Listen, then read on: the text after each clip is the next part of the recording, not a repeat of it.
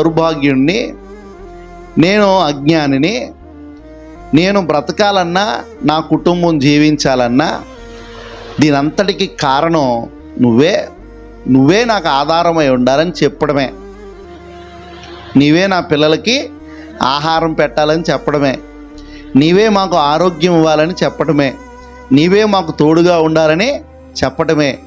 దేవుని సహాయం కోరుకుంటే ఆ దేవుడు మనల్ని విడిచిపెట్టాడు.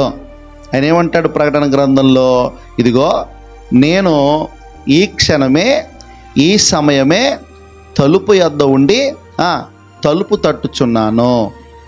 నా స్వరము ఎవరు వింటారో, నా స్వరము విని ఎవరు తలుపు తీస్తారో, చూడండి, నా స్వరము విని ఎవరు తలుపు తీస్తారో వారి గృహములోనికి నేను ప్రవేశిస్తాను, వారి ఇంటిలోనికి నేను ప్రవేశిస్తాను అని దేవుడు తన వాక్యం ద్వారా మనతో ఎన్నోసార్లు మాట్లాడాడు.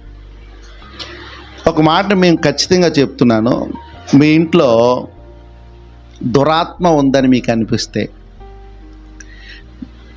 నీ మీద దురాత్మ పడుతుందని నీకు అనిపిస్తే,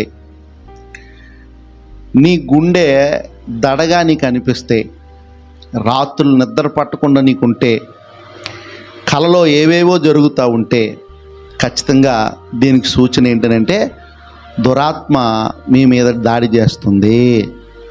ఏం చేస్తుంది? దాడి చేస్తుంది. దురాత్మ అనేది దేవునికే భయపడుతుంది. ఇది గుర్తుపెట్టుకోండి బాగా. దురాత్మ అనేది దేవునికే భయపడుతుంది.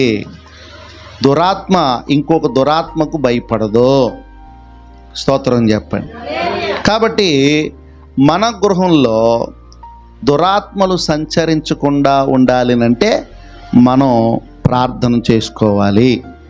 చిన్నపిల్లలైనా పెద్దవారైనా వృద్ధులైనా ప్రార్థనలతో గడిపితే మనం అన్ని విధాల క్షేమంగా ఉంటాం, అన్ని విధాల బలంగా ఉంటాం, అన్ని విధాల కాపుదలతో ఉంటామని దేవుని వాక్యం చెప్తుంది. అలాంటి కృప దేవుడు మనందరికీ సమృద్ధిగా అందించునుగాక.